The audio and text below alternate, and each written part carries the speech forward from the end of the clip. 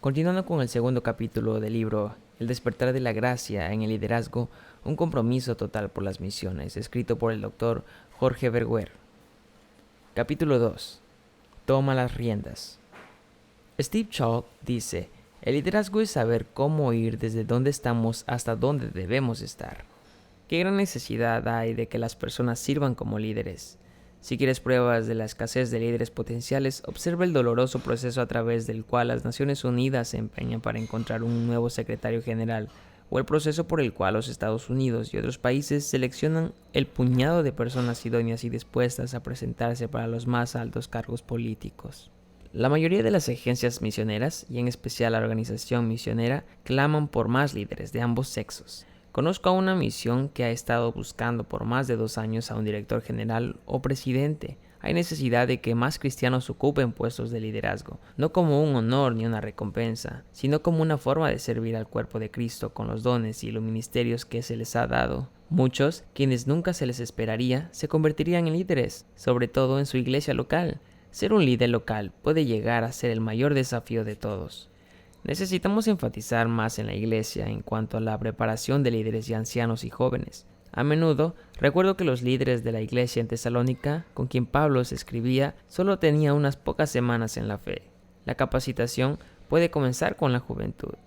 Estoy comprometido con la tarea de preparar personas para el liderazgo en el lugar donde viven y al mismo tiempo les presento la verdad de la misión mundial. Qué poderosa sería la iglesia si pudiéramos amalgamar el tipo que crea líderes espirituales dinámicos en los países de origen con la clase de visión que leemos en Hechos, capítulo 1, versículo 8.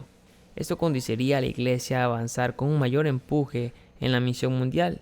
Paul Beasley Murray, en su libro Un llamado a la excelencia, dice: hay necesidad de líderes que movilicen al pueblo de Dios para una misión imaginativa y audaz. Dánoslo, Señor. Sé lleno del Espíritu Santo.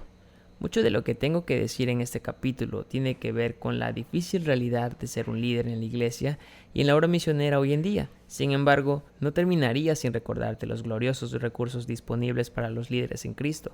A través de los años como director de operación y movilización, he pasado mucho tiempo en la preparación de líderes. A veces, al hablar en una conferencia de líderes, abordo las cualidades espirituales y los caracteres especiales que tienen los líderes en la obra de Dios. Estas son importantes y escribiré al respecto más adelante en este capítulo. En ocasiones, incluso entro en detalles de cómo tomar decisiones como líder y cómo organizarse. Esto es importante. Con mucha frecuencia, no obstante, les hablo a los líderes acerca de la necesidad de que trabajen en los principios básicos de la vida cristiana, su propio desarrollo espiritual y su caminar con Dios. Nada es más importante para los líderes que esto. De aquí se desprende que, en sus relaciones con los demás, los líderes deben hacer todo lo posible para edificar, fortalecer y ayudar a las personas a ser cada vez más como Jesucristo, tomando en total consideración las diferentes circunstancias en las que trabajan las personas en los movimientos y organizaciones que Dios ha levantado, a fin de trabajar juntos en la tarea de evangelización mundial. Cuando les hablo a los líderes, lo primero que deseo enfatizar es que sean llenos del Espíritu Santo, como Efesios 5:18 dice, debido a que el Espíritu es director de toda obra cristiana. Oswald Sanders, en su libro Liderazgo Espiritual, llama al capítulo sobre el Espíritu Santo el requisito indispensable. Dice que es posible que hay muchas cualidades deseables para los líderes espirituales, pero solo una es indispensable, que deben ser llenos del Espíritu.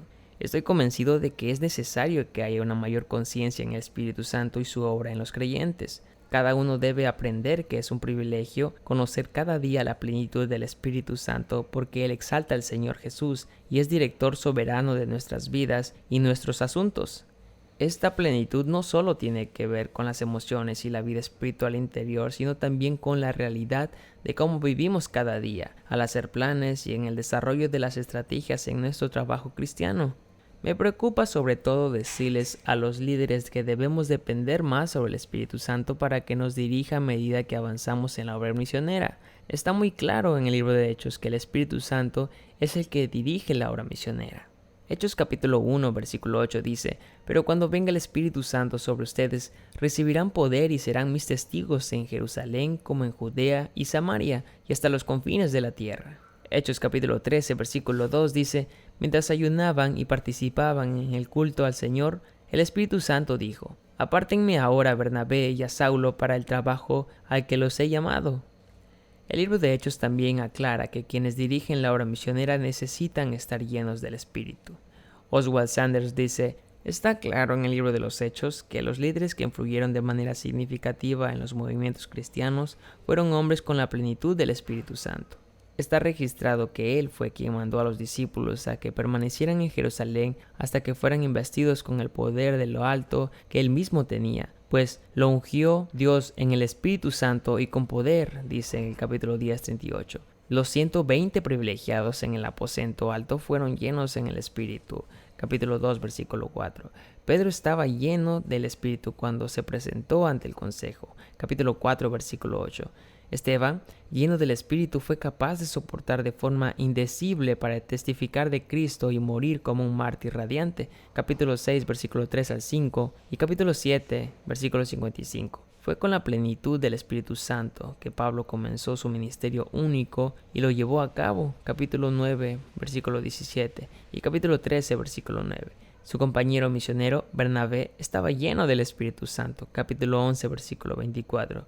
Sería extrañamente ciego quien no discerniera en ese hecho el criterio fundamental y la capacidad para el liderazgo espiritual. Algunas personas lamentan la desaparición del fervor a menudo asociado con una experiencia de la plenitud del Espíritu Santo.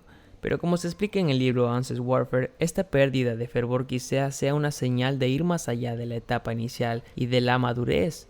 Si vas a ser un líder cristiano, tienes que madurar. Tienes que establecerte una rutina constante de tener el Espíritu guiándote en la actividad diaria de tu trabajo y tus planes, así como hemos visto en el libro de Hechos. Esto debe ser una llenura diaria constante, no una búsqueda incansable de nuevas experiencias. Muchas personas sienten que necesitan un toque fresco en sus vidas y van de conferencia en conferencia buscando algo nuevo. Por supuesto, no excluyo la posibilidad de experiencia crítica con Dios. Ralph Shellis, en su libro De ahora en adelante, dice: es necesario que haya un programa continuo para el crecimiento espiritual. Cuando Dios te salvó y puso el Espíritu Santo en tu vida, puso la pelota en tu tejado. Quizá Él esté esperando por ti para batearla de nuevo. Usando otra analogía, tal vez Dios te esté instando como Nehemías le pidió al pueblo de Israel: levantémonos y edifiquemos. Nehemías capítulo 2, versículo 18. Duras realidades para los líderes. Desde luego, un liderazgo lleno del Espíritu no es tan fácil como parece. Tozer habla de esto en su libro Apoyándose en el viento, y este título me recuerda a mi desastroso intento de hacer surf a vela. Parecía fácil, pero no pude mantenerme de pie por más de un minuto cada vez que lo intentaba. No es tan fácil como parece. Hay muchas realidades difíciles que tiene que enfrentar cualquiera que esté involucrado en el liderazgo de las misiones o en cualquier otro liderazgo cristiano. Estoy convencido de que la gente de visión que quiere que suceda algo específico debe saber cómo ganar la lealtad de otros, cómo delegar y cómo ser alguien que sepa trabajar en equipo. La conclusión es que debemos creer de verdad en las personas y aprender a tenerlas confianza, amarlas y afirmarlas. He aprendido a las malas cómo una palabra insensible o incluso una mirada ofensiva a otra persona puede ser hiriente o atorpecer su andar con Dios y su ministerio. En cierta ocasión, les hablé al personal y la tribulación en el Val d'Olus acerca de la lealtad y la respuesta fue muy alentadora. Este mensaje en cassette le ha dado la vuelta al mundo. Quisiera comentarte dos de los puntos principales. Existen varias razones por las que desarrollar la lealtad en la obra misionera es tan difícil. En primer lugar, hay una gran variedad de causas muy dignas que pueden distraer a los cristianos de las más importantes. Son tantas las cosas que atraen la atención de los cristianos que la evangelización mundial ha pasado a ser una causa más entre ellas. Muchos cristianos están absortos por completo con la campaña antiaborto, con los asuntos de los derechos humanos y con la política. Por supuesto, no estoy en contra de lo que se preocupan por esos asuntos. Yo también me preocupo por eso. Sin embargo, cuando esas cosas hacen que los cristianos releguen la evangelización mundial a que solo sea un legítimo interés de otros y ridiculizan a esos para quienes es primordial, empiezo a preocuparme. En este ambiente es posible que algunos cristianos crean que un énfasis en la evangelización del mundo sea una especie de extremismo y para los que se mantienen al margen o están fuera de las iglesias, confunden algunos grupos misioneros con las sectas.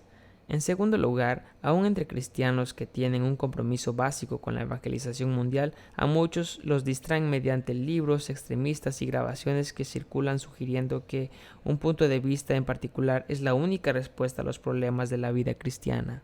En ocasiones los libros tienen la culpa, pero en otros casos son los lectores que están listos por su propia comunidad a comprometerse con algún punto de vista extremo y demasiado simplista de la vida cristiana. Esto puede llevar a una dañina forma de superespiritualidad, la cual hace que las personas sean muy difíciles de ganar debido a la resistencia y al limitado punto de vista de lo bueno.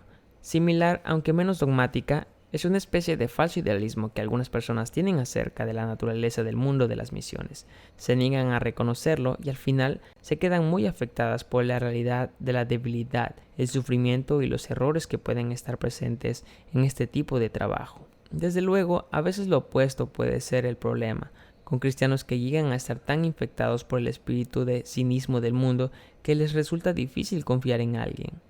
Por lo general, la lealtad involucra algunas formas de sumisión y debe funcionar en ambos sentidos. En una era donde la obediencia a los padres se ha debilitado, otra dificultad para desarrollar la lealtad a la tarea de la evangelización mundial es que a muchos les cuesta trabajo obedecer órdenes de cualquier tipo que venga en un líder. Hay una especie de orgullo en la defensa de la supuesta libertad. En algunos casos, esto puede ser culpa del líder.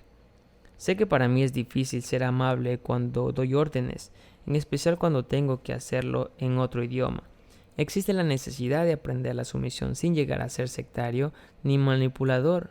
También es necesario aprender a trabajar en equipo. El desarrollo de la lealtad y el trabajo en equipo por la causa de la evangelización mundial es un gran desafío para los líderes hoy. Pero existen otras realidades difíciles que los líderes y los líderes potenciales tendrán que enfrentar respecto al mundo. Tendrán que aceptar la dura realidad del sufrimiento en el mundo sin minimizarlo ni disfrazarlo con clichés simplistas. Los líderes deben poder hacerle frente a la realidad de un mundo que sufre, en el que los cristianos de diferentes grupos étnicos son capaces de participar en la masacre de uno con otros. Sabemos que Dios puede traer sanidad de estas cosas, pero no debemos minimizar su impacto sobre las personas ni fingir que no nos afectan.